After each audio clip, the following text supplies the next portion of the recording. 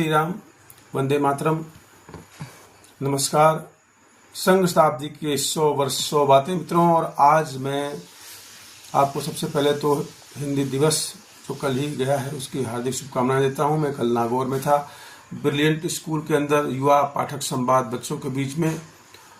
और संघ को लेकर के कई भ्रांतियां होती हैं और उस भ्रांतियों को दूर करने के लिए आप जानते हैं कि यह पुस्तक नवनीत विचार बंच ऑफ थॉट का हिंदी रूपांतरण द्वितीय सरसंघचालक परम पूजनीय गोलवलकर जी, इनको गुरु जी कहते थे, उन्होंने स्पष्ट लिखा है 114 नंबर पेज और 115 नंबर पेज पर कि जो हिंदी है वह हमारी राष्ट्र भाषा है।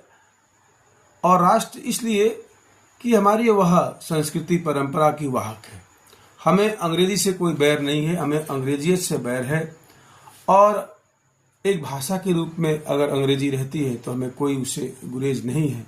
लेकिन कुछ लोगों ने जबरदस्ती अंग्रेजी को थोपने का प्रयास किया और एक अहं का भाव कि हिंदी तो गरीबों की भाषा है, जैसा कि एक बार खुशवंत जी ने कहा था, ये बात ठीक नहीं है। दूसरा तथ्य जो उन्होंने कहा कि सभी भाषाएं चिरंजीवी हो।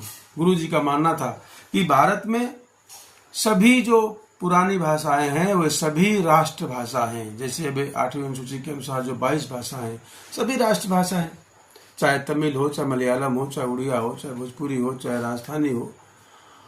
और हिंदी एक संपर्क भाषा के रूप में पूरे विश्व में जाए, जिस प्रकार से अंग्रेजी थी।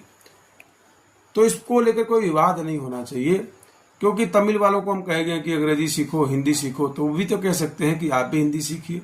और इस प्रकार का भाषा का विवाद बना दिया गया राजनेताओं के द्वारा।